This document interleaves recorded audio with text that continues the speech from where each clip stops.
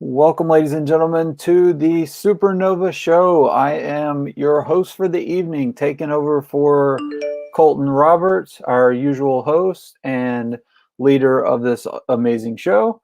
This is episode 14, not 17, like I put on the description. We'll change that by the time you probably see this.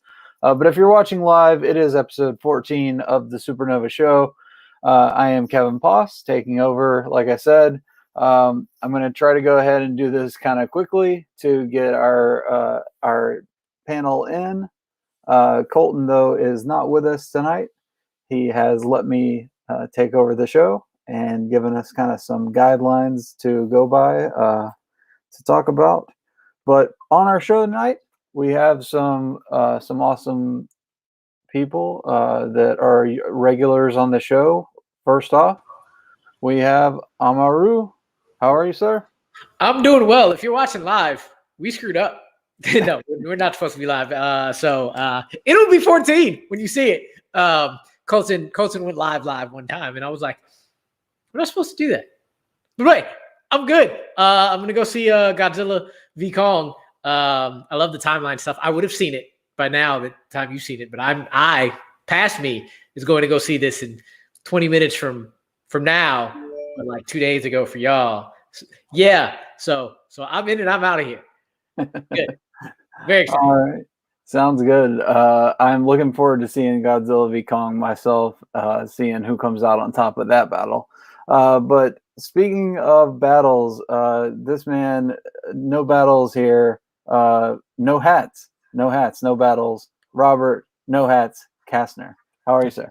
This is what my forehead and my hairline looks like. For everybody who didn't know, this is what it looks like. I know that struggle. Yeah. Well, I mean, it's growing and it's doing a thing. I don't think it's going to get very far past this point. I'm just letting everybody know. Yeah, good old-fashioned Donnybrook. That was the whole spiel of what happened this week, right? We're sure this is Robert Kastner and not Cobbert Rassner, right? Because yeah, I was going to say that's my twin brother is locked. He's locked and chained to some sort of radiator, so don't worry about that. Something like that. And we've lost our gracious host. We did. So I guess we're gonna spitball here for a bit. Let's go. He wasn't in like that. And he's sorry about that. Got concerned. Yes, I know. I tend to do that on my laptop because I get all excited.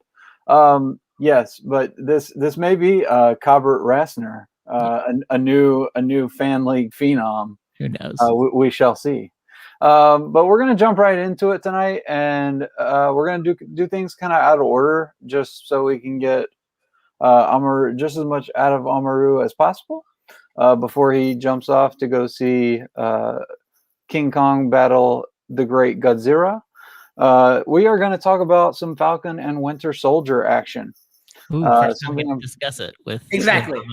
Exactly. I've never been able to discuss this. So I usually wait till after the show to watch it, but I've seen it this morning. So so we're going to talk about that. So let's jump into episode 2. I'll let Amaru go ahead and I think Colton did y'all not talk about 2 last week? Oh no, you had to cut off. We had to cut off, so we have to do 2 and 3. Yeah, so let's start with 2. So Robert, you were here last week. Amaru, you were not. I was not. So let's let Robert kind of take the reins, and you tell us where we left off talking, and then we'll kind of pick up from there. So people were in places with things and issues that they were having.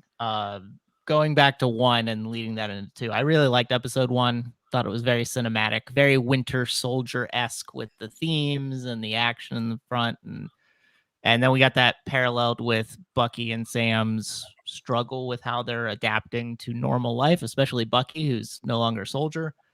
So this episode 2, they're realizing that Sam made a huge mistake.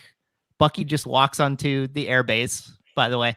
My favorite part about this whole episode is Bucky, even though he's pardoned, he's a civilian, but he can just walk into like military outposts and just be like, I'm going on this particular mission. Don't mind me. So he just comes up as like, you made a mistake, Sam. And then they have that discussion you've seen in the trailers about the big 3, the androids, aliens, and wizards. And then we find out that Bucky read The Hobbit, 1937. So that's cool. Then they go on that mission. Sam just leaves him behind, and Bucky falls 400 feet, but he's okay because he has a mechanical arm, so that's cool. That was cool. Yeah, they go to the depot, and they do that little banter. I like that. I think that's my favorite banter because they do the thing where Red Wing's kind of following behind, and then Bucky's trying to be stealthy, and then Sam is actually really stealthy. He's like, how the hell did you get behind me? It's very strange. And then they have the fight, which is like real MCU quality type fight on the trucks while they're still doing the back and forth. And then we have our fake ass Captain America come in. I did skip over the part about the fake ass Captain America going to the high school and them playing the really cool high school band version of the Captain America theme. They just trying to do drumline. Yeah, I mean it was very drumline light, emphasis on the light. But he kind of seems smarmy all the way through. Obviously, he's coming in. He has the black best friend, which is great. That was a great staring thing for that. There's And obviously what? And the black girlfriend. They really tried to make us like him. They did. Yes, they try really hard. I liked this dude in Overlord and other things he's been in. And he's Kurt Russell's son, so I already like him anyway, so it doesn't matter. But he does look really smarmy and uncomfortable in the suit. So they clash, obviously. There's back and forth. We find out there was a black super soldier, American black super soldier, who was tested on, and which is partial to what happened in the comics. Then we have, so the thing about this, and this sort of connects to what we're going to talk about in episode 3, there are themes that are met, and they're met in 2 different ways. Sometimes they're met very subtly, like the gliding and the roar, the lack of roar of Sam's exo wingsuit. Sometimes it's done very stealthily and subtly, and sometimes it's done with the brute emphasis of force that is Bucky the Winter Soldier, and it really was brutally forced in. I like the part they have the meeting with Isaiah, but the part after that, where they have the cop thing, is very on the nose. It's hats on hats. And speaking as a person with no hats, sometimes that's nice, sometimes not. I'm doing a whole recap here, but basically, Bucky goes to jail because he didn't go to therapy. They go and they have that weird therapy session in like a interrogation room. I don't know how that got cited, but that's fine. And then, we find out that they need to figure out where the super soldier serum's coming from, and they're going to go see Zemo, but they tell you it's Zemo, and they show Zemo, so you know who it is. If you watch trailers, you knew who it was anyway. But that's sort of the recap for 2, and that's sort of my basic thoughts about how I did like it. I don't know if I liked it as much as 1. Maybe I did, but I thought it was pretty good. And I do like the struggle between Sam and Bucky between themselves, obviously, and then how they're trying to not accept the new Captain America, even though he's a dude who's like the most decorated war soldier ever in the history, and more than Steve even, but they don't care because he's not Steve. Right. Yeah, exactly. Let's talk more about Isaiah Bradley, played by Carl Lumbly. Amarú, what are your thoughts about him and the comparison to the real life implications there about the Tuskegee experiments and stuff like that, and the emotion there, and how he was jailed for 30 years and stuff like that? I was really happy that they inputted this. I first heard about Isaiah Bradley in Jason Inman's Super Soldier book. Like that was one of the chapters, and I had no idea about it. And I was really like, I didn't realize it was going to be him. I was like, who? I was like, oh, it's the dude that Inman wrote about. And yeah, like it's not even just Tuskegee. It's about like Henrietta Sacks and using just genes and really, this is basically the quintessential. Why do you not realize that comic books have always talked about politics and race and everything for years on years on years on years? And all of you are like, I don't want that in my comics. So everybody who actually is paying homage to the comics are saying, no, you're going to get it because this was originally in there. It's been in there for years. It's been in there before you were born. because it's important and necessary, and like y'all need to see this. And look, it's the show is Falcon and the Winter Soldier. It's about the Falcon, Sam Wilson, a black man, getting the shield at the end of Endgame. There is no way you are not getting it. There's no way. This would not be a real show if you do not put in the implications of it's a black Captain America. How's that going down? Oh, it's going down that we've already had a black Captain America. They were probably the first one, but they're not going to get the credit because that's how that's the US. That's what happens. It's always what happens. So just bringing that up is amazing. Carl Lumbly is amazing in general. The whole fact that they might continuously be setting up Young Avengers with his grandson Eli, I like the fact I'm somewhat with you in terms of the cop stopping him. Just was like, man, that is heavy-handed. But you know what? The bullshit that happens in this country is also heavy-handed. So the fact that they do the subtle and they do the like in your face is really similar to just in this show. They kind of just balance full action with comedy, and they put it in like right before they got there. It was like, Black Falcon, are you black kid? Yeah, that's the best line of the whole show. So far. So the fact you can go back and forth and go like full force and then tone it down, and then like moving into episode 3, there's like 0 to no like racial implications of anything. Episode 1, 2, and 3 have been like completely different to me.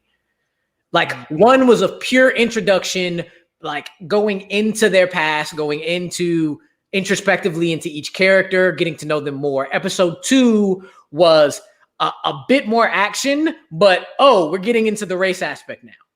Episode 3, we're going into the Continental series of John Wick. That's what we're doing right now. And it all fits and it all goes together. And you're kind of just on this ride with them. So, yeah, I mean, when I mentioned how things are done subtly and with a force, I think on some level, because of the nature of the two characters and how they're brought together and their clashing personalities, on some level, that's probably done on purpose, right? It's probably done on purpose. On some other levels, I think maybe not. And sometimes I'm not going to say it rubs me the wrong way. I'm just going to say that I don't associate with it as much, or it doesn't speak to me as much, I guess is what I will say. But who am I? I'm just a stupid white dude. So it doesn't matter. Doesn't matter if it speaks to me or not, really. Yeah, no, not really, because other parts do, and other parts don't speak to me. So it's kind of like you either relate or you learn, and that's the beauty of it. Mm-hmm. So one line that definitely caught me off guard, and something I wanted to piece off before we went into episode 3, that last little line from the new Captain America about him being Cap's wingman, about wanting Cap's wingman on his side, and Sam saying, it's that last line. What are y'all's quick thoughts on that? It's a well-written line. I do like that. I think that really speaks to how a lot of interactions and how a lot of conflict brews, right? It's always things seem to be going in a really good direction, and somebody says something and we're done. Yep. I obviously he's just trying to usurp the mantle as much as he can. And that includes not only having the suit and having the shield, but it also means accruing and taking Cap's friends under his wing. The problem is that they don't see him as Captain America, so he can't do that. For sure. Amarú? It was just like it was going it was starting to go so well. And then it's like, fam, you don't just leave Cap behind if you're gonna do, like you said, I don't want to be Cap, and then bring it up, and it's like, no, you need to leave Cap behind because the dude you're talking to should be Cap. You should be his wingman, not the other way around. You're not gonna. You have no history there. You're talking to the 2 people who have the most history with him. Exactly. 2 out of the 3 people that have the most history with him, and you're talking about you can't do that, fam.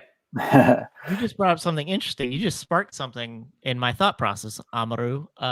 The idea that John Walker and his buddy, whose name is escaping me as of this moment, unfortunately. Lejenthro, Lamarcus, it's Lamar Hoskins. I just like throwing out the brand. What's his cool spy name? Battlestar.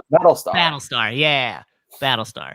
They're like representations of the old guard, right? And they struggle against, after the blip and everything, against Sam and Bucky, who are like, even though they were part of the old guard, sort of recognize the evolution of how the world should be moving towards, which obviously is moving towards with what's happening with the flag smashers and how we're supposed to identify and sympathize with them. But that's a really interesting thought. And thank you for inspiring that in me, because that seems to be a big clash that's representative in all the relationships too, which is good. So thank you for that. Appreciate it. Yeah.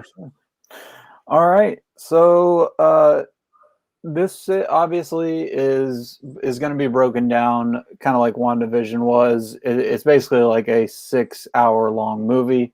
So moving straight into episode 3, The Power Broker. Everybody kind of knew this was coming. So we're kind of on the lookout for a power broker. Some things from episode 3. Amaru, you want to take this one? And because I'm gonna get out of here soon. But I really, like I said, everything about this show is I guess what Robert talked about. It's a dichotomy. It's the Falcon and the Winter Soldier, and getting that to mesh somehow. So like, as I mentioned before, this feels like a completely different episode than the last two, but a part of the same journey. This is the action part of the movie. This is the action thriller. Like the second that Selby got killed and all the text messages went out, I was like, yo, this is John Wick. This has got the feel of John Wick. This has got the look. This has got the music. And then you mentioned like not knowing whether or not you need to root against the Flag Smashers or for the Flag Smashers. So getting Zemo out of jail, and then the back and forth between Bucky and Sam was great. But when you put Zemo into it, it just gets so much better. So now you're like, am I going to root for Zemo? Am I not going to root for Zemo? We know he's going to try to like turn. And when he went through in the tanker, we were like, well, he's gone now. And then he pulls up. I'm like, okay, where's he going with this? It's like it continuously subverts, not necessarily expectations, but it subverts your feelings. It makes you think, okay, I don't know if the Flag Smashers are good or bad. I don't know if John Walker is good or bad. I don't know if Zemo is good or bad. Then Sharon Carter comes in here, and she just basically comes back from an episode of Revenge and comes into Emily Van Camp, goes from there and comes into this. And she starts kicking ass, and that's amazing. And the fact that you're like, the implications is the continuation of Winter Soldier and Civil War, because the implications of her stealing the shield was like, damn, she got screwed. Like screwed bad. I mean, yes, she has the money and everything where she is in Madripoor, but like she ain't been back. They pardoned Sam because he's a man. They pardoned Bucky because he's a white man, but the woman can't get nothing. And she didn't even, all she did was take it. She took it and stopped. Everybody else actually went and did shit. So it's like, what are the levels of like, oh, you two are good, but you still can't come back to the States. And it's like, so before I get out of here, I have equally loved each episode. And I will be honest, there are parts of it where I'm like, this is okay. But then looking at it as a whole, is like, I see why they did that. And you know what? Leave it how it is. Because sometimes the banter is a little bit like too takes you out of it a little bit too much. But then me watching the whole episode, so like the Trouble Man one, the Trouble Man banter, I was like, that's funny, but this is a weird point. But then looking back over the whole thing and how the relationship now with Zemo, Sharon, Bucky, and Sam, I was like, that was actually a cool little thing or a little tidbit in there that I liked. So it's kind of been like that the whole series, where aspects I'm like, am I liking this? And then looking back over the whole of it, I'm like, no, it fits. No, it fits after the fact. I don't do theories as much, but I still will also make guesses. My one thing I am wondering, because I have been wondering about every single character so far. We don't know who the power broker is, And when Sharon got in that car and said, "We got some things to do," I was like, is she the power broker? Is this the one who is like, she's been on the run for that long, and she's been I don't believe so, because like she wouldn't. I don't think she would do the super soldier serum. I don't think she would. I mean, I feel like she could pull off sending a death threat to Carly. But in the end, I don't think she would want the super soldier serum out there. So now I'm thinking, okay, maybe she's not the power broker, but she works for the power broker because she has to.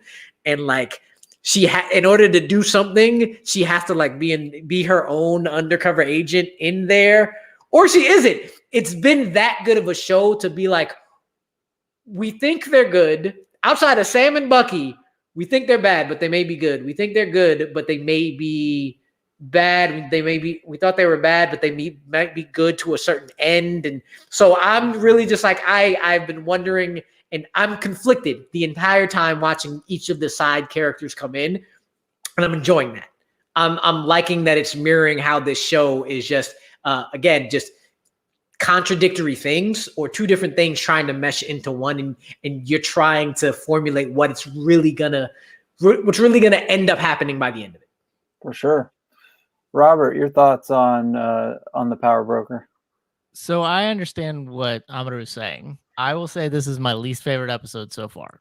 And the reason I say that is because while I was watching it, and part of what Amarú was saying, the banter sort of takes you out of it, even though I kind of like that Zemo as a European is sort of highlighting how stupid we are as Americans and how it is that we treat racial tendencies. While I do like that part, I thought this episode was very reliant on the member berries. And what I mean by that is the first couple episodes were mostly Winter Soldier-esque with hints of Civil War, especially when they talked in 2 about the implications of taking the shield, and they mentioned Sharon, and then they used that as a preset to going into episode 3. This is like fully, and I know it's like this because Zemo's in it fully. This is completely like the Civil War with a little bit of Winter Soldier because we got the Trouble Man thing. This is completely the Civil War episode. Zemo's in it. We have the thing with the words as he comes in. He picks him up in the car, and we have, oh, you're not going to move your seat? No. That was funny. Even the mask. I don't understand his motivation for putting on the mask right then and then taking it right off. I don't like I guess the thing is about trying to keep his identity private, but they already went into the place in Madripoor and they know that he's there and they know that he's connected with Sam and Bucky and he was in the run. So why put on the mask for that 2 seconds? I don't understand. So there were a lot of member berries in this, and I always prefer if a show or something new tries to blaze something new. I know it's part of a universe, so we got to connect back to it. I also thought some of the banter was a little weird. It was especially highlighted like when that when the storage container blows up and they go out, and then like follow me, but it's done really hushly. It doesn't seem like he even said it. It seems like a voiceover that was done as part of additional like recording that was happening, which took me out of it a little bit. I do like the 2 parts that really made me go, oh, well, actually, sorry. 2 things happened, and the best part of this episode to me was Sharon fighting the people coming into because that was super Winter Soldier, Civil War-esque. Like that gave those Cap situations where he was performing those actions, that gave that a run for its money. I love that. That was nice. That's my favorite part. But when she shows up, I'm like, awesome, Sharon's here. I was waiting for it. And then the part at the end when Bucky's following the communication beads and Wakanda show and the Wakandan Dora Milaje. Ao. Her name is Ao. Ao shows up. Yeah, those are the parts I was like, awesome. Yes. Because we're looking at things, we're bringing in people and bringing in themes and different universes that I care about. Other than that, you know, I like Zemo. They should have called it like Falcon, Winter Soldier, and Zemo probably at this point. But I like him being the foil. I just feel like the dialogue is clunky. I feel like the dialogue with how it is that he's like, oh, you have to be in character the whole time, otherwise they'll figure out that you're not part of it. I'm like, yeah, okay, but you said it like 3 times already. Do you have to keep reminding them? I think they get it. I know he's doing like the Winter Soldier thing because he wants to create tension between Sam and Bucky, so that Sam be like, oh, he's still the Winter Soldier. Blah. But I think the dialogue's a little clunky. The action was great. I'll give it that. And I understand it as a continuation of what it is we've got. I just thought it was very reliant on themes and details and little nuggets of what it is we've seen in the past. So it was actually my least favorite episode.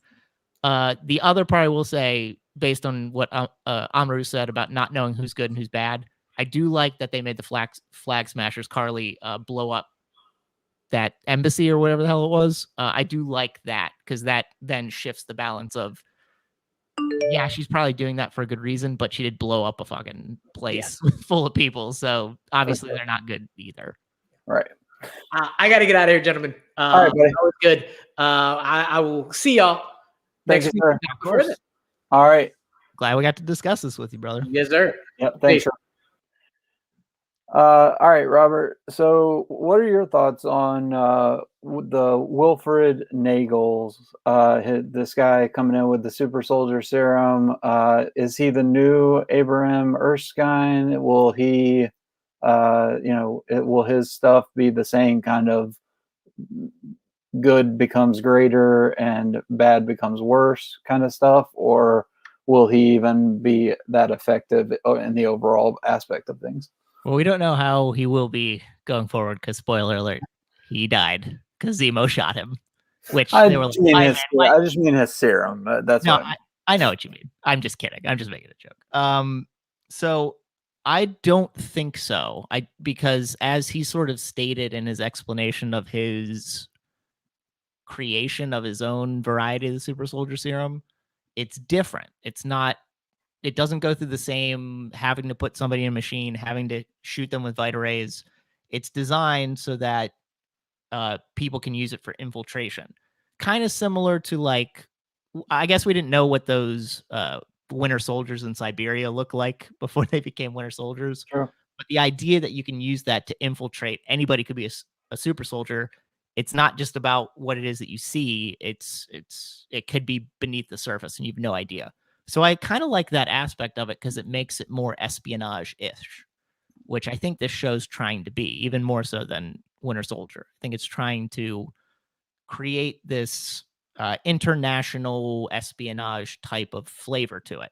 I mean, how many places did we go to in this episode? We were like in Madripoor in Indonesia. We were in Latvia. We were in I forget where that embassy was that they were in. It's another Eastern European country.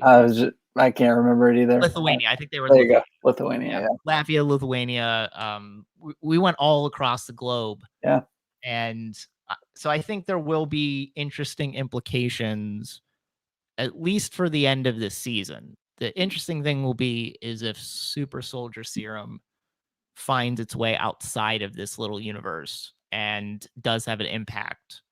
Maybe not in a lot of storylines, but maybe to the point where when we go into things later on, even things, I would say probably Hawkeye, the Hawkeye show probably is a good referendum on this. Does the implications of having Super Soldier Serum out there make their way into a larger universe beyond Falcon and Winter Soldier? Or is it just going to be contained for these 6 episodes? Fair. Well, yeah, it's a good point. And like you said, wrapping up, just knowing that,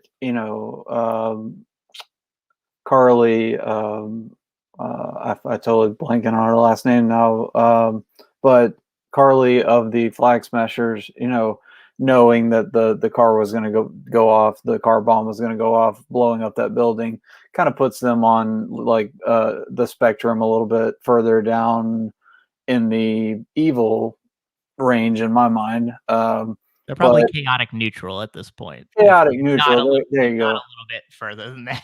That's fair to say, because I mean, we needed a place to put them at least because we're starting to get a lot more elements now, and we needed somewhere to like, we wanted to put them in a good spot, I think, because they did have like the Robin Hood elements, and so it's kind of a weird thing, but Harley it's Morgenthau. Yeah, Morgenthau. Yeah, I just didn't want to get it wrong.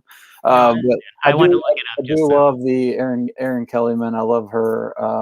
And we'll be talking about her a little more later. But yeah, absolutely. Anything else on Falcon and Winter Soldier as a whole before we move on?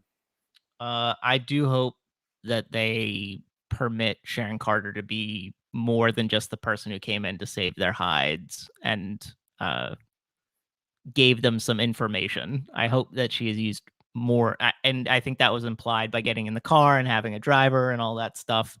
Also, just on a very, very weird tangent, why does Sharon have like male clothes in her gallery that exactly fit Sam and Bucky? That's a good point. That's so strange. Like I know she's a powerful woman, she probably entertains a lot of people, but it seems weird that she would have like their size. Yeah. All right. So that is our recap of Falcon and Winter Soldier episodes 2 and 3. I know that was a little quick, but we wanted to get Rue's thoughts. But yeah, so that was cool. So yeah, well, we will move on to let's go ahead and just slide right into talking about some films. Okay.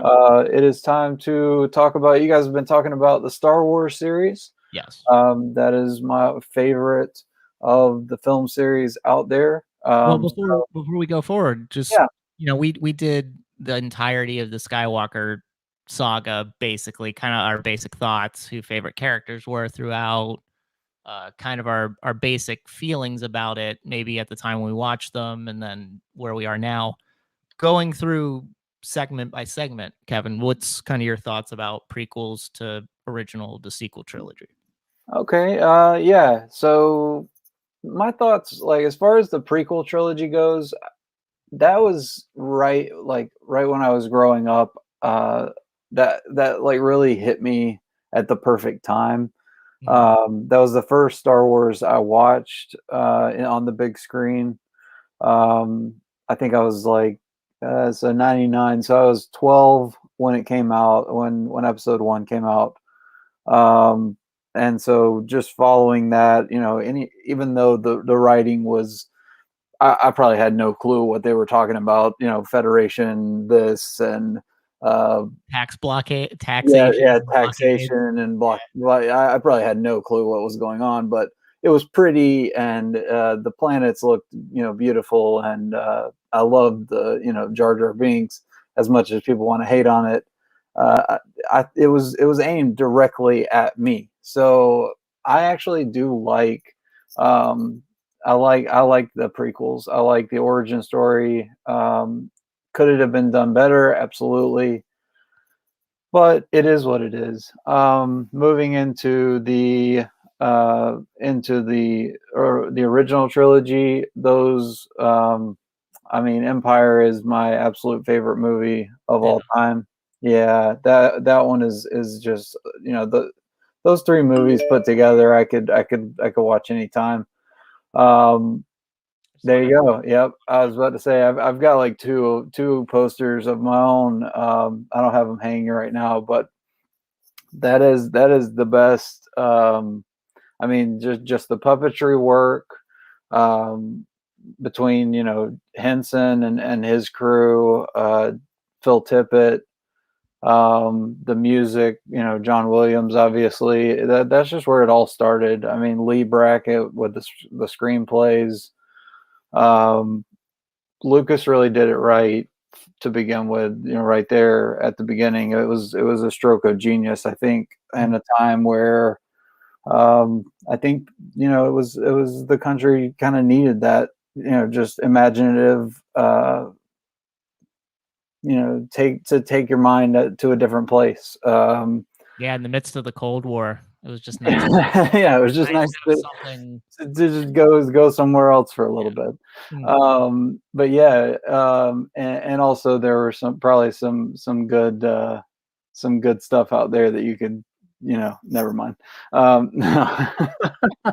I understand what you're saying. It was the 70s and 80s. I got you. Yeah, exactly. That's where I was going with that. No. Anyway, moving on. Yeah. So moving into the sequel series, I was a little hesitant at first to really fall in love with these, but because at first I was kind of like, oh, this is just all retread. But then you start to feel like, a lot of movies do this, a lot of film series do this, and so the more I watch it, and the more every time I watch it, I find something different that I love. So yeah, it definitely it's grown on me more. It's probably not. It probably ranks the lowest out of the three, as far as the out of the trilogies go. But yeah, I mean, I like the characters. I like the character work. I wish Abrams and Johnson would have been able to work together better, or whomever would have directed. Colin Trevorrow. Yeah, there you go. Anyone, whoever would have directed would have been able to just direct, just work together better and put together as an actual series that that flowed better, so that the grand finale of this saga that's been going on for 42 years is not something that people are saying, oh, that felt very rushed, that felt, very cluttered, and throwing everything against the wall and just seeing what sticks. I don't like when people talk about it like that, but that is the sentiment out there in the Star Wars community, so it's what you have to put up with.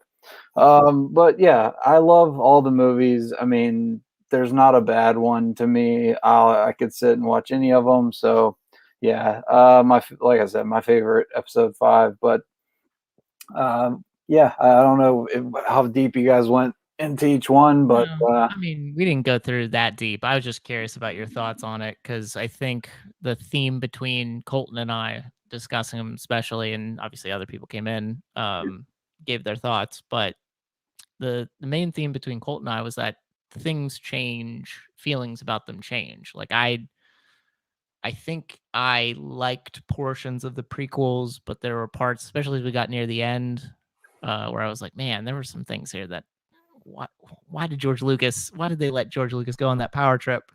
Why didn't anybody say anything to him? But then when I look back, I'm like, you know what? It's a cohesive story, at least, because they're all his. So that's something to be proud of. absolutely. And then the sequel trilogy, it was interesting. You were talking about Abrams and Rian Johnson working better together. I would have even just taken a third director whose vision was completely different, because at least we'd have known that even though they were part of the same saga, they were all three different interpretations of how it is they would like to tell that story, as opposed to one person's, another person's, and then the person at first trying to clean up everything that the second person had done, which feels real cluttered and convoluted. Especially, I mean, it was convoluted in parts that didn't need to be, and it was overly simplified in parts that really could have used a little bit more fine tuning, I will say. So Yeah, I think that's really what it was about, just like how perspectives change, at least as it relates to things that happened in the past. These sequel trilogies still sitting with the same probably original thoughts about them, even though I've watched them a few times. Yeah, and even if you wanted to go a step deeper with them, Lucas, even to this day, I was watching a documentary that likes to, he just likes to tweak with stuff. He's messed with the, he put the dewbacks in the scene, Song. yeah, and then he, right, he put in. He just likes to add and subtract, and then he adds a rock here and takes away a rock there, and it's just like, it's almost like he just can't stop. It's a constantly moving piece of art, and that's actually what I like about it the most. Is it is just it's 12 films, but it's all one big unit to me. So, and I don't feel like there's anything that really compares. Whereas you can say like the Harry Potter series, yeah, they're all a unit, but then like Fantastic Beasts is kind of like a spur off. So these are just their own animal, their own beast. So it's just it's a different world. No pun intended, but yeah, it's something that I'm glad I fell into and fell in love with. But yeah, we're going to talk today a little more in depth about the final 3 films in the series, the ones that often get forgotten about, the Clone Wars movie, Rogue One, and Solo: A Star Wars Story. So we'll start with everyone's favorite,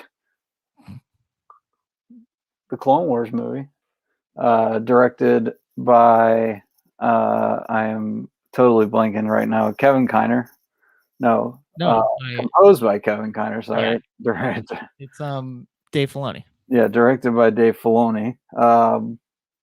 This is my least favorite. I will say that. I don't. It's not because it started off because it was cartoon. That's why I didn't like it. But then I watched the show, and then I realized it was just a different storyline, and that's why it took me off the pace. Like if you watch it in chronological order, it takes you off kind of the pace of the action, and it goes in a completely different direction. It is aimed more at children, I do believe, which that's fair. I don't think everything has to be super serious and all that. Obviously they nickname Roto Stinky. I mean, it's like it's it is what it is. But there's a lot of stuff in this, a lot of background and a lot of Star Wars lore. So, what are your thoughts on the Clone Wars movie? It's the one I've seen. Well, actually, I've seen it as little as I've seen another movie that's part of this trilogy that we're talking about. I watched it simply for the sake of knowledge as opposed to entertainment, because I still haven't gone through like one season of Clone Wars and haven't watched Rebels. So the idea of the Star Wars animated universe hasn't gripped me yet, even though watching The Mandalorian makes me more pliant to the idea of watching these particular series. I think it's an okay contained story. I mean, there's some weird parts to it. Like I think Obi-Wan getting out of his capture is really silly.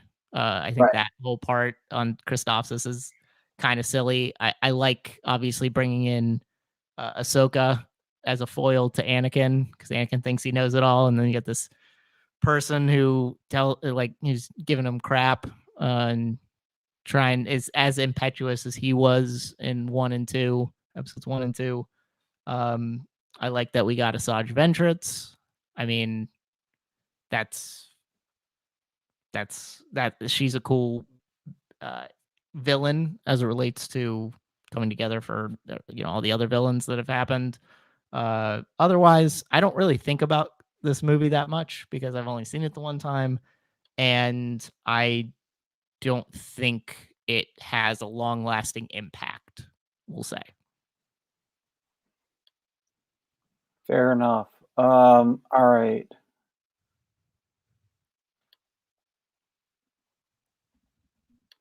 All right. Sorry about that.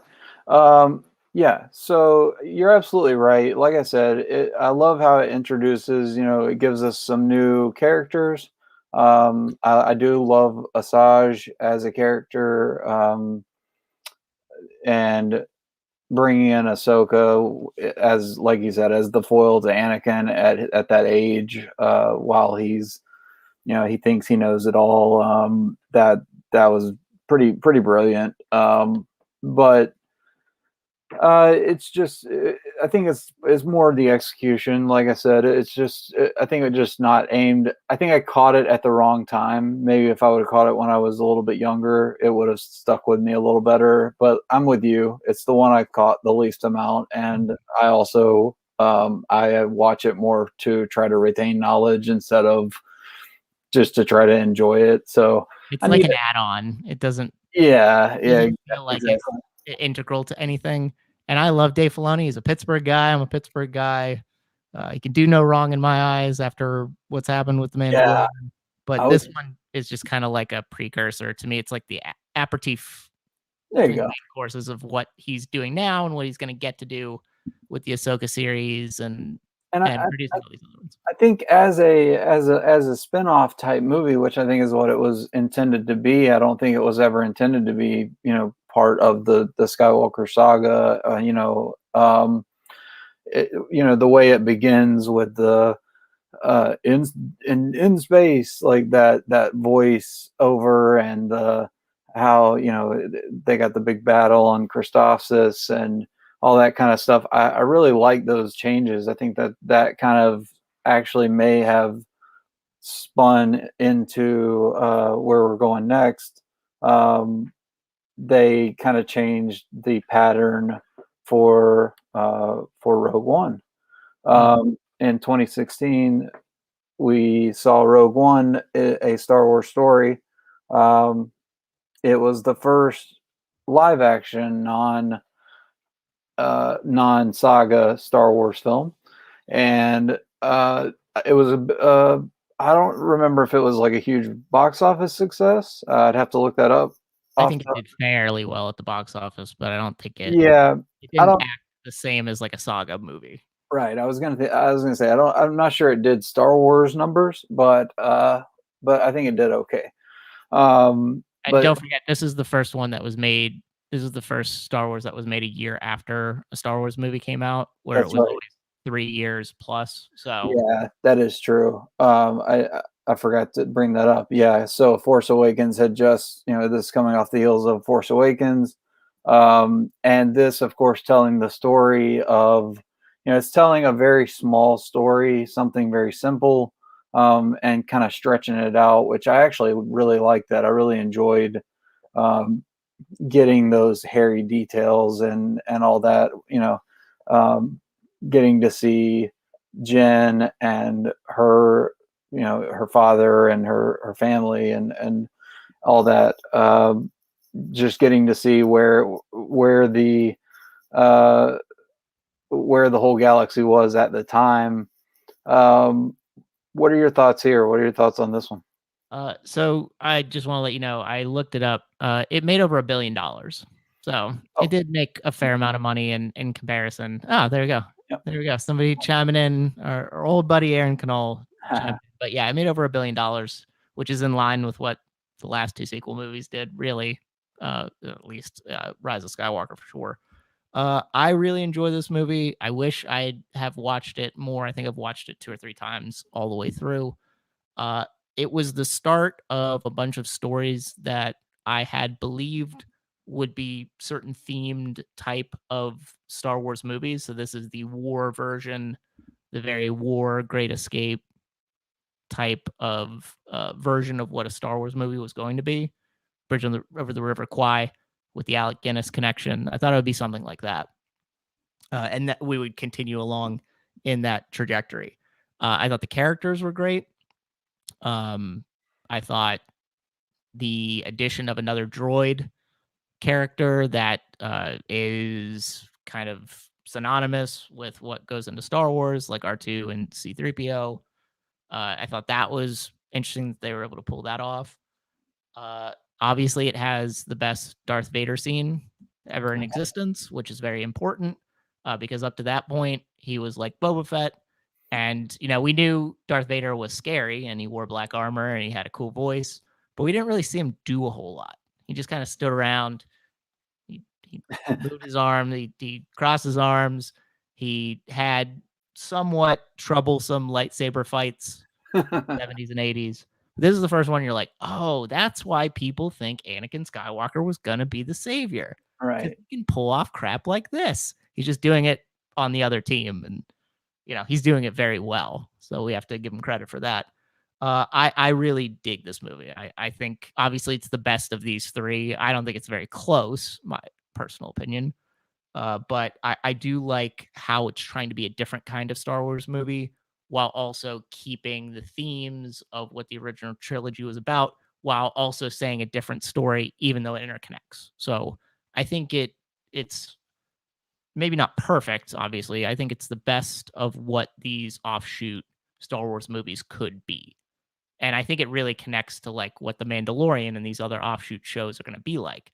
They're telling a different story in the Star Wars universe, even though it's connected to the larger Star Wars universe as a whole. Yeah, absolutely. Gareth Edwards came in, did a spectacular job capturing the feel, in my mind, of the 1977 A New Hope. That just the background, like the lighting, the all the suits and everything. I mean, down to the mouse droids, like everything. And I, like you said, even the interrogation, K2SO is, the droid, having him as the comedic sidekick there is classic Star Wars. Just I loved it all. Like the base on Yavin 4, even just getting the glimpse there. Everything was perfect to me as far as her rescue, when Mendelsohn, director Krennic, lands on Lamu to overtake their family. The whole movie is just put together so well, and it tells just such a cohesive story. You don't even really need to know Star Wars. You can just put this movie on and watch it as a generic movie, and I think be 100% pleased with it. But if you're a diehard Star Wars fan, you're going to get even more out of it. And the more times I watch it, the more I continue to get out of it. So I really enjoyed this one. This is, I agree with you 100%, the best one out of this set of movies. Moving on into the unfortunate, I guess, would be the middleman in this one. Solo, A Star Wars Story. But middle closer to the bottom. Yeah, middle bottom, right. We'll go back to that reference there. Some new characters again. I didn't like all these characters though as much as I did in Rogue One. I didn't like these as much as I did the new characters in Rogue One. Tell us a little bit about Solo, Robert. God. So I went and watched this. There was a thing when we used to go to movies regularly, before the world went to crap. I remember where those. we would go see every big movie, which usually meant like the Marvel movies, superhero movies, and Star Wars movies. We went to see this as a group. The thing that really sticks in my mind when I think about that experience is the part when Han is trying to get off Corellia and he's trying to enlist as an Imperial soldier. And the stupid Imperial soldier gives him a name. When I heard that, in my seat, I went, it's like a collective sigh in the whole theater. But it was just me audibly. And my wife looked over at me. I was like, that's so terrible. I can't believe that's what they went with. I like they had so much time to think about it. They changed directors and I was gonna say, yeah, reshoots. And this is what they came up with. This is the best they could do. And maybe that set a negative thought in my head as we continued on. I like, because I used to play like the Star Wars games. I like the little things like the introduction of Sabacc in the larger cinematic universe. I think that's cool. I think the visuals of the Kessel Run, going through the Maw, is cool. I'm up for Woody Harrelson doing anything. I think he's cool. I didn't mind bringing back Darth Maul based on, again, connection to where he was in the cartoons and the animated series.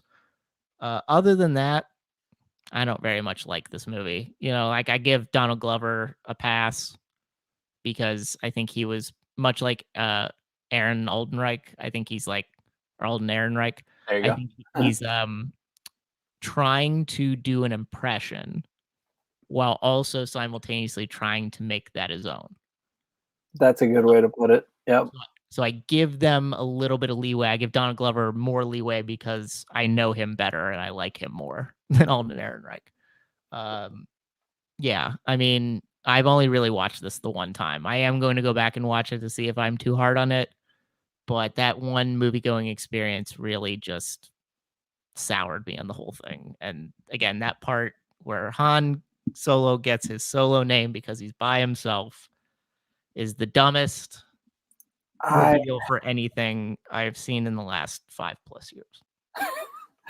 I mean, they spilled Lord Miller all over my Star Wars, and I just don't like it. I know that obviously that's who they had to direct.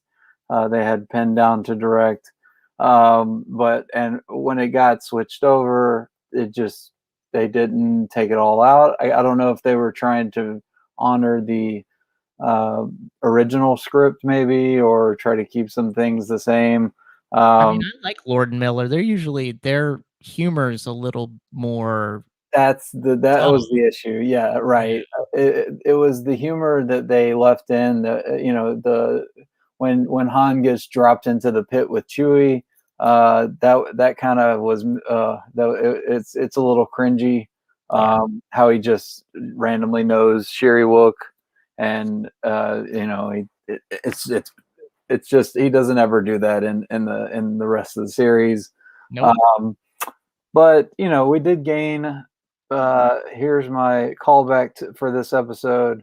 One of the leader of the Cloud Riders, Aaron Kellyman. That's my callback from Falcon and Winter Soldier. But no, you're right, yeah, because she plays Emphas Nest. You're right. Yes. Thank you for the name there. I almost lost it. The two things I remember and have been drilled in my head from trivia are Enfys Nest and Cloud Riders. So but yeah, Donald Glover, with the capes, I do like that. And I think he did as good of a job, like you said, as possible playing a role. But it's almost, you could just tell he's putting on he's just putting on a role. He doesn't get into the part as much as I would love to see him get into being Lando. Which is weird because the whole thing why he was so excited was because his dad was such a Star Wars fan. So he thought he would have. I think it's just when you stifle his creativity where he can't go off on a tangent because it's put in a box of what Billy D. Williams had done with Lando, it hamstrings him too much. And I think that shows.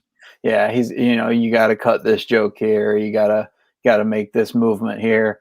Yeah, I totally agree. I love the Woody Harrelson. I feel like he actually kind of kept the movie together. Yeah, he did what Woody Harrelson usually does, which is be charming in his weird Southern accent in the universe. And he's there to teach Han some things, right? And he does that very well. So I don't bite on like Tobias Beckett. I think that's one of the better parts of that movie as a whole. I agree. So yeah, as a whole, I would say Rogue One wins out on that series. You can't call it a series, but out of those three movies, Rogue One is my favorite of those. But they're constantly changing and shifting because I'm always watching these for trivia purposes and just to watch them and enjoy them. And back and a bash on anybody who likes to say that Solo's better than Rogue One. I don't like you. I'm sorry. I mean, I keep going back to it to see if I can just enjoy it, but it's mine some more enjoyment out of the that it almost feels like work. So yeah, I don't want to work at my Star Wars. I want it to just flow. and that's where Rogue One just flows, and that's what I love about it. Absolutely. All right, so that takes care of that talk. We can talk now.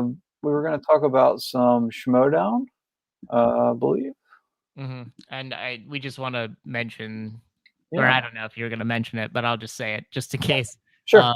When we go forward now, since we talked about all the Star Wars movies, we're going to talk about the MCU next, and we're going to talk about Phase 1 in the next episode. So sorry, Kevin, if I jumped the gun on that, but I just wanted to make sure it got out. Oh no, that's absolutely okay. I appreciate it because there's a chance I might have forgotten it. So appreciate you. We'll bring that back at the end, probably. Yeah, there we go. I'll make myself a banner just to not forget. But MCU Phase 1 is what we will discuss, or what will be discussed next. So everybody on the show, what Colton's plan is, as has been discussed, everybody's going to talk about or think about their favorite hero and their favorite villain from Phase 1 of MCU, and then they're going to, as the phases move along and as the movies are talked about, going to see how that changes, going to see how that kind of flows and adjusts. So I think that's going to be an interesting thing to watch and see, because I know personally mine would be all over the place. So this will be an interesting one to see. So yeah, MCU Phase 1 coming up next. All right. So my least favorite, but that's fine. all good. Yeah, it's I just started doing a rewatch on it, and I'm up to Iron Man 2, so I'm getting there. Oh my gosh, Iron Man 2 has another one of those movie-going experiences to me, because I watched it after it was the end of my finals week in college, and I like stayed up for 2 days straight, like writing papers and stuff. Actually, I watched that movie in the middle of finals. I wasn't even at the end. I still had like another day to finish, and I was using that as a reprieve, and it was not the reprieve I was hoping for. So I was like even a little bit more angry, because I was tired from lack of sleep, and I wanted that movie to be better, and it wasn't. So that movie really sticks in my craw too. I was gonna say that would not be the memory I would want to keep of that one for sure. No. We'll be talking about Schmodown Battlefield today. So that is the most recent pay-per-view of the year.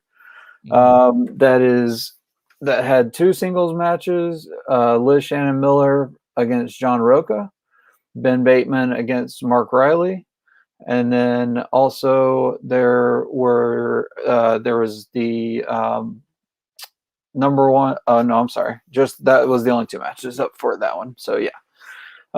So did you guys do predictions for this one?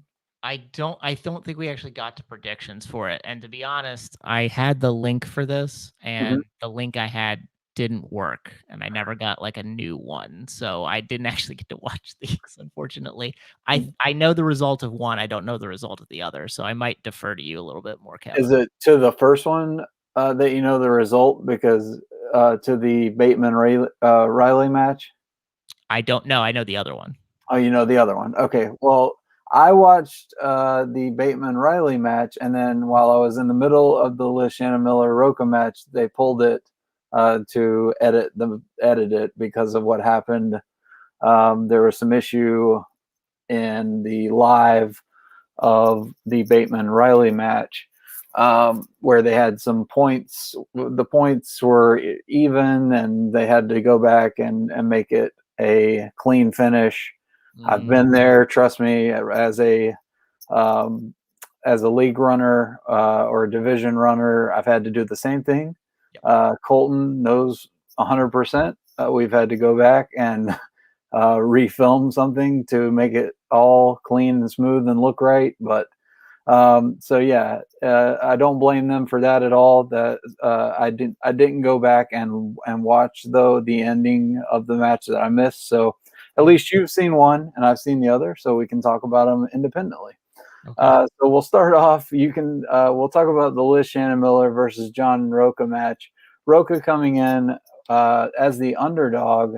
Yeah, that was the surprising part. Yeah, that's surprising to me. He was 14-11, I think, at the time. My God, so many matches. Liz Shannon Miller's 5-3, 6-2. I'm sorry, 6-2. Yeah, that's why her win percentage is better. Yeah. So if you want to go ahead and talk a little bit about that match, then we can talk about that. Yeah, I mean, again, you had talked about that. I'd watched it. I didn't actually watch it. I just know one actually. That's all right. It's interesting that I think that's one of those things where I think people were counting out Roka because he was the underdog, because last year ended so abruptly for him, even though it was done by the hand of the person who ended up being the singles champion. I think they thought he would. I mean, he basically ended on a losing streak, essentially, right? I mean, he lost. He didn't win the title match. Dan and him lost the belts to Corruption. Yep. He lost in the first round of the tournament. So he was on a real down skid. I'm surprised we didn't hear more about Roka retirement things, given what had happened in the past. Same here. Yeah, I agree. But he, in those scenarios where it's darkest before the dawn, there always ends up being a dawn. And that's what ended up happening in this match, right? I mean, Roka came in. Liz Shannon Miller is a great competitor. She's one of my favorite competitors ever. And I think the expectation was that she would win that, given the momentum that she had from last year. And just, the Roka train, even if it derails sometimes, always manages to get back on track. And I think that's good for Gucci and for the Finstock Exchange, because if Roka was going to lose a match like that on a pay-per-view, it would probably trickle down and have a real negative effect to everybody else, even though Gold Leader won, even though Rick Radis won against our fan league compatriot, Christy V. I think it would have set a bad precedent. So I think I'm not surprised that Roka won that match. If we had done predictions, I don't know if I would have went with him, honestly. I probably would have thought about it. But the fact that he came out of that match with a win probably has nice implications for him going forward. I imagine that would put him on a list of like 10 for who could, 5 to 10 for who could then compete for a match that probably leads to a number one contenders match. Yeah, and to win by TKO, I think that was a real, like exactly what you're saying, something that needed to happen within the Finstock Exchange to give them the boost. Even though, like you said, these rookies have been doing exactly what they need to do. They're doing their job, but it just gives them that little bit of a boost. We do have our TMG correspondent for he's the host of Schmo Talks on TMG Entertainment, Aaron Knoll. He is backstage. We're going to bring him up to the front, and so we can talk with us about Schmodown Battlefield. Hey, Aaron, how are you, buddy?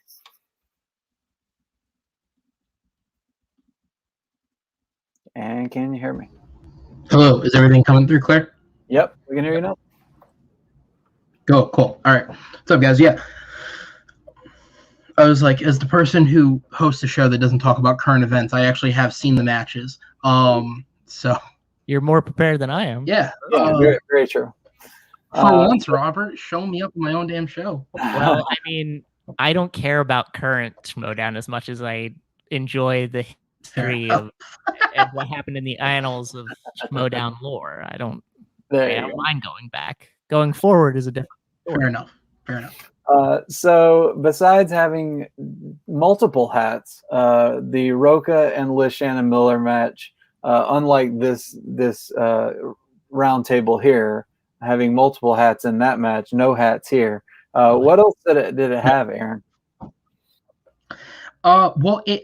Roka, this, and you were right, I was hearing what you were saying. This wasn't just a win for Roka. This was a statement match. Roka played perfect the one question that he missed was the one steal attempt that he got. And it was because of a challenge. It was a different question. So I was going to say, so do you guys know about the botchery that happened with this match as well? No.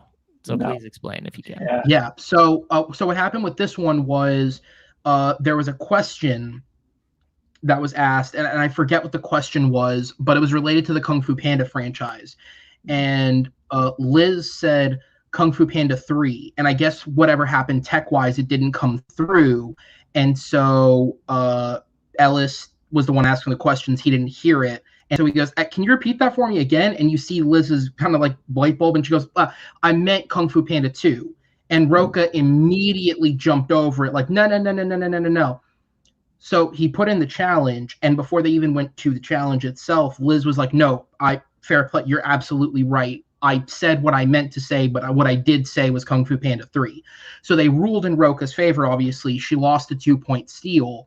But because the answer had been said out loud, and in order to do the challenge, they had to confirm that what she said was wrong, what she followed up with was correct, and henceforth, it shouldn't be it. Roka basically tried to argue that because he knew it, he should automatically get the points because it wasn't his fault that it got said. But instead, the Schmodown said, well, no, the answer was out there. You may have known it, but there's kind of no way of validating that. So we have to give you a new question. And I forget the wording of the question, but it was like, it included a bunch of details, but it was asking who voices the character of Oscar in Shark Tale. And Roka missed it. And then when they said Will Smith, he was kind of like, well, if you just said main character, I would have got it. And he kind of had his like Roka attitude. But aside from that, he played perfect the entire match. He did not miss a single question that was actually asked to him. And that was the turning point for Liz, because that was a spinner's choice pick that she blundered that question on, and you could see it visibly affected her through the rest of the match. Like, she was kind of shook from that moment, but it was all on her. For once, Roka was actually being a gentleman. He wasn't doing the like if that had happened against Snyder, Roka would have buried it in deeper, whereas he wasn't doing that. He was just letting it happened. We move on. That's that. So there's that. But yeah, it was just from then on, it just affected her. It got to round 3. I think she hit her 2, Mr. 3, Mr. 5. That's all she wrote. All right. Well, there you go. TKO Roka. No, he had the answer, I believe. No, yeah. you're right. It is a TKO. Yeah. Never mind. I'm wrong. Yep. 18-15. Roka, I saw the match. I did. Roka by TKO. There you go. And then, so we'll move on to talk about Ben Bateman, who was the favorite over. Sorry, I just kind of ruined that. Facing off against the underdog, Mark Riley. Two veterans. This one, one that was really looked forward to because it was a split up of who's the boss. So yeah, this one I did watch this one. Like I said, I made it through this one, and then I got cut off on the other one. But this one was actually fun to watch. Bateman back up to his old antics. Just looked like he was kind of as much as Riley looked like he was trying to not let Bateman get to him. Everything Bateman did looked like it was getting to him. The way he was like picking at him during round 1, but up until that point when Riley got to go with Superman in round 2, I think he just landed on it. I don't think he got spinner's choice, but I think he just landed on Superman. Just came out and said, we put it on the wheel. I'll take it, and ran through the category, did very well, and so put himself in a good position. I think that kind of put Ben back in a place where he needed to kind of get his head right and actually play the game. But Bateman proved to be a little bit too much. Aaron, you want to talk about this one? I can't remember exactly. I don't remember what Bateman ended up pulling as far as any if you have any more details than I do there. I don't explicitly remember more details. Maybe in like a year's time when I do a flashback episode about this season, I will have those details for you. There you go. No, I don't remember the details. I just know both of them. Riley looked about as solid as he did last season, and it is debatable that outside of maybe Merle, Riley was the best player on that team. He looked about as solid as he in terms of like regular trivia. You know, Dimolanta is a totally different story, but like in terms of regular trivia, Riley was definitely more solid than Bateman last year. He was definitely more solid than Roca. He did have a longer run than Morbarian. So it's arguable that he was one of the better players on that team. He looked about the same.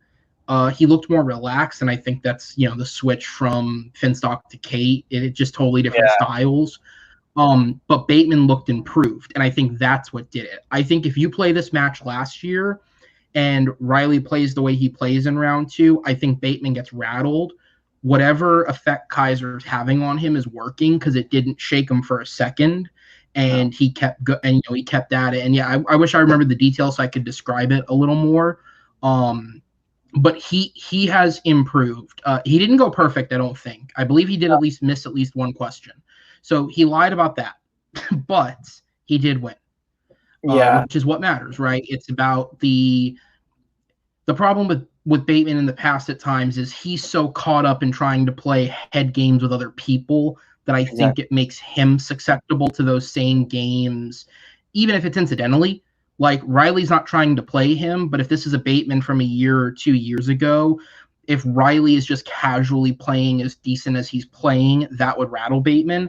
Kind of like what happened when he played Inman a few years ago. Like, Bateman's over here trying to put on a song and dance, and Inman's just casually playing the game and doing better than him. That's almost what it felt like for about half of this match, like through round. I guess almost like through that round 2, and then it just kind of. I mean, I'll give it to Riley. Like, his 5-pointer was very, very hard. There's no way I would have pulled it in a million years. And even remember what it was. I can't. I can't even think of the answer off the top of my head. That's how obscure it was. I wish I could think of it. And maybe it will come to me. But either way, the playing the games and stuff, I think, it works for him, obviously, or he wouldn't do it. But it's interesting to see if that would have been a scenario where they caught that tie. And, Aaron, you've seen where we've had to go back and fix things where we've had errors and we've had to fix stuff. I've been the cause of them. If that would have come back to bite him, playing those mind games and him not really paying attention to, okay, I'm tied and I should technically be, I have more questions, so I should be answering my 3 right now instead of him answering his 3, that kind of thing. Like, you always got to stay more on top of what's going on in the game rather than trying to play mind games with your opponent. And even though he did come out with a 20-17 victory, wasn't a TKO. I think he could have played better. So yeah, it's it definitely could have been better, but he did. There's always room for improvement, especially if his next match is Roca, because I think it's undeniable that Roca played better than Bateman. If what they did, because they did, their thing they kind of used to do, which is a little more awkward to do in digital, where Roca crashed the interview after the match,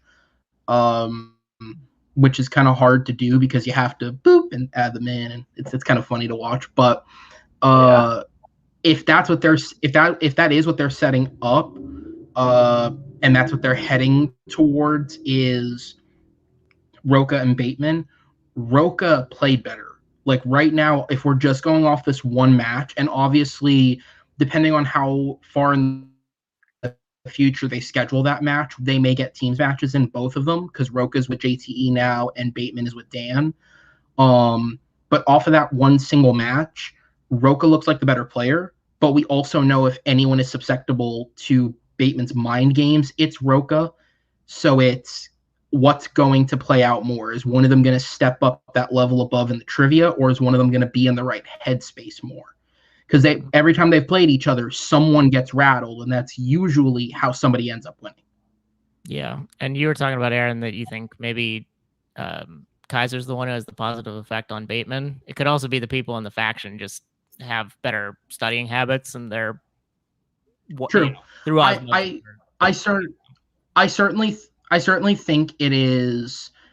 I think the manager does have some play into it because it's kind of similar to Riley, right? Riley also came into this with a bit of a different look and a bit of a different headspace, and he switched from Gucci to whatever to Kate, and so it's a very similar concept of like, sure, okay, Kaiser and Gucci are both playing the weird bit, but Kaiser's, not. I mean, Gucci's Gucci. Kaiser's a human.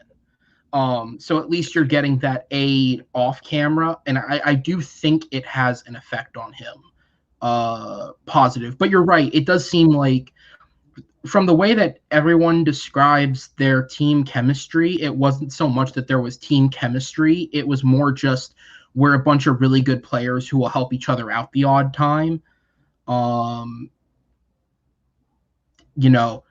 So I lost my train of thought there. This seems like it's a team, right? Like they all seem like they're there to help each other. Whereas last year, like Dan and Ben, how often did they help each other because they were so busy playing each other? That's got to make a difference. Agreed.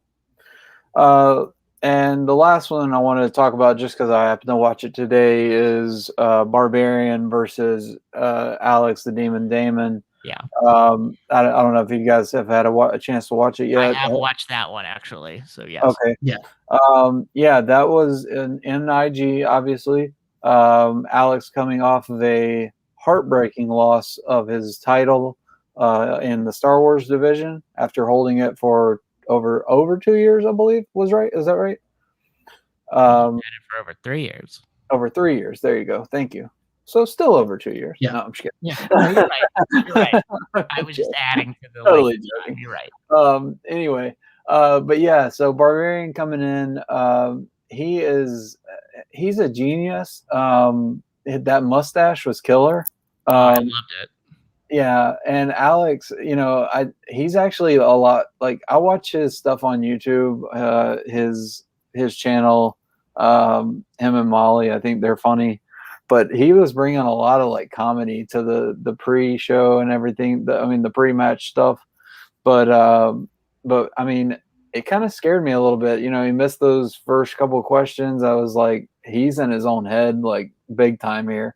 I thought he was going to crumble, and then he just, I think spinning Star Wars definitely helped. But yeah, that's out of the funk. That's definitely got to feel good, yeah. But yeah, it's kind of the same effect. I can't remember which match it happened, but I know it happened once last year in the tournament as well. It's like in IG, you assume everyone has some sort of specialty in everything, and it's just trying to figure out what is the thing they're least strong at, essentially, is the best way to approach it. If you're studying right, you don't have a direct weakness. You just have your lesser strengths. Yeah.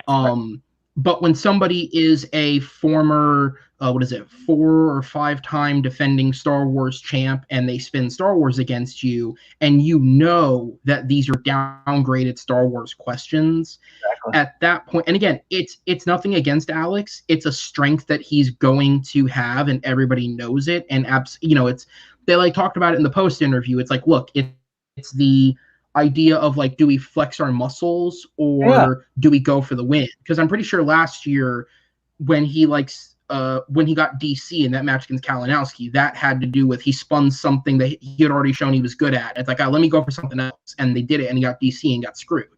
Right. So it's like, look, sometimes when you're in that position, you have to play for the win. And it just so happens that it lined up. Yeah.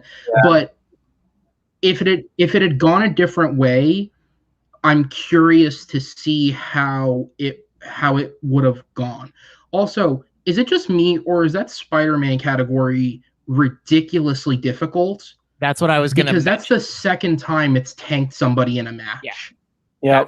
That's what I was thinking. I was like, people are going to see that match in the Humphrey Saul match, and they're going to be like, maybe we should stick away from Spider-Man, even though in the individualized movie categories, you would think that would be a better one. But I mean, those were harder questions.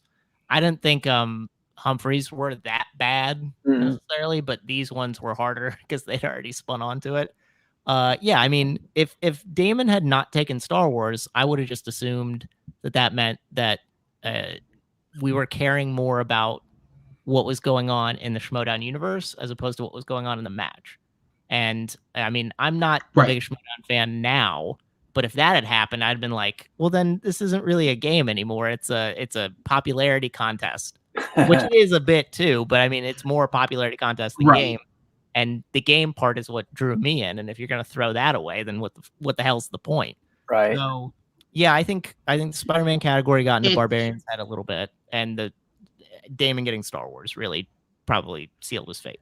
Well, it's a similar, and obviously he didn't get like Spinner's Choice or anything, but it's I can reference it because it just happened, like the match that we just put up where I played Jacob, right? It's a thing of like, and I don't make my strengths or weaknesses a secret, but like because of the memory I have, I'm freakishly good with movie release dates.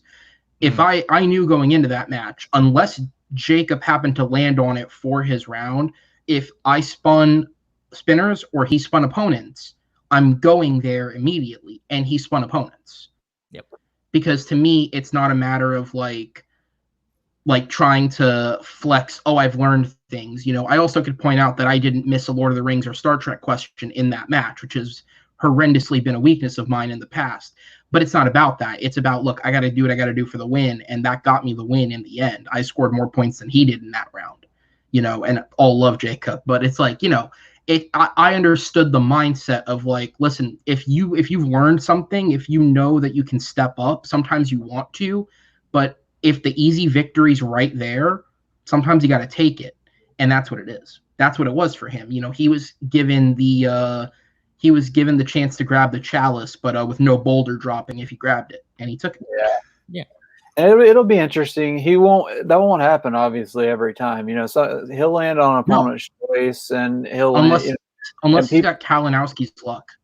Yeah, exactly. Well, that'll be the thing is, you know, when he faces Kalinowski, if he doesn't land on it, you know, what could possibly happen? That the amalgam of things that could happen. I think that's his only real way to win that match. I'm kind of wondering if that is the only way.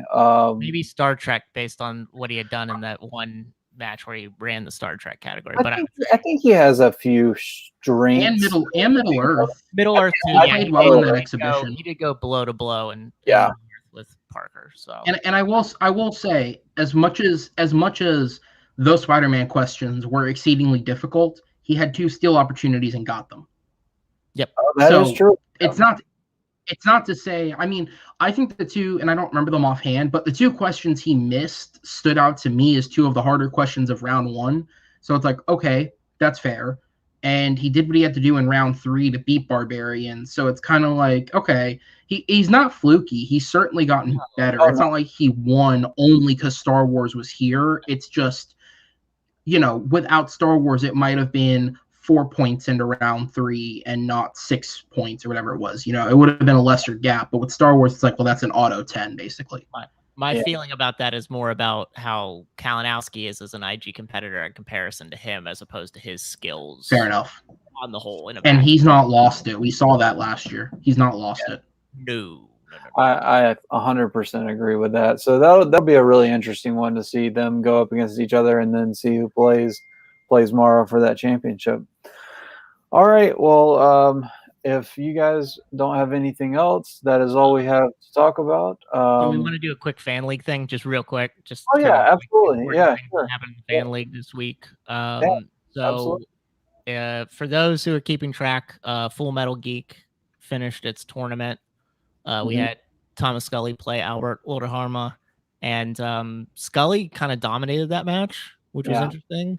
And he's going to get a chance to play Nick Tuig for the belt.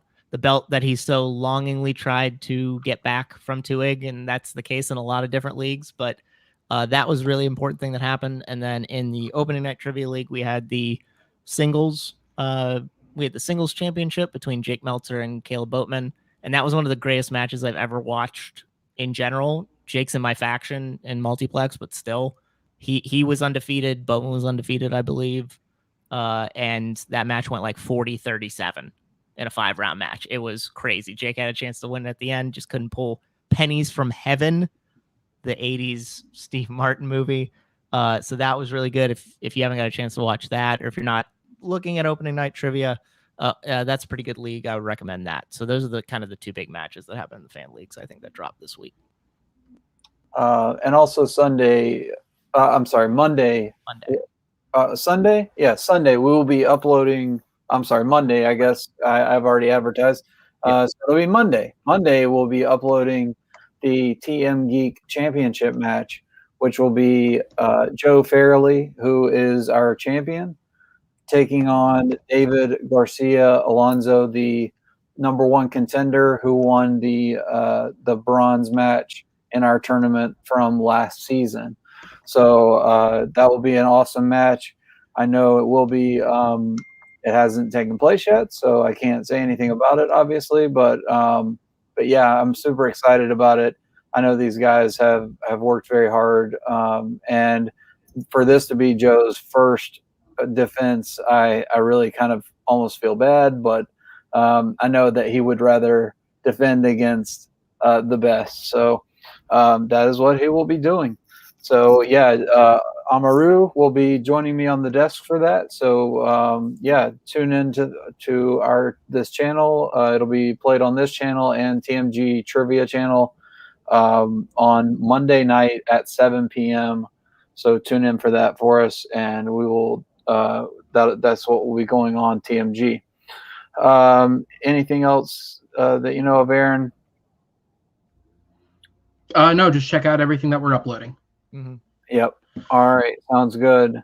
And Anthony, I know, has a Justice League review that he's going to be doing. Unfortunately, he wasn't able to make it onto the show with us this evening, but I know that will be a fantastic thing to watch. So I'm assuming that'll be on next week's episode of the SuperNova show.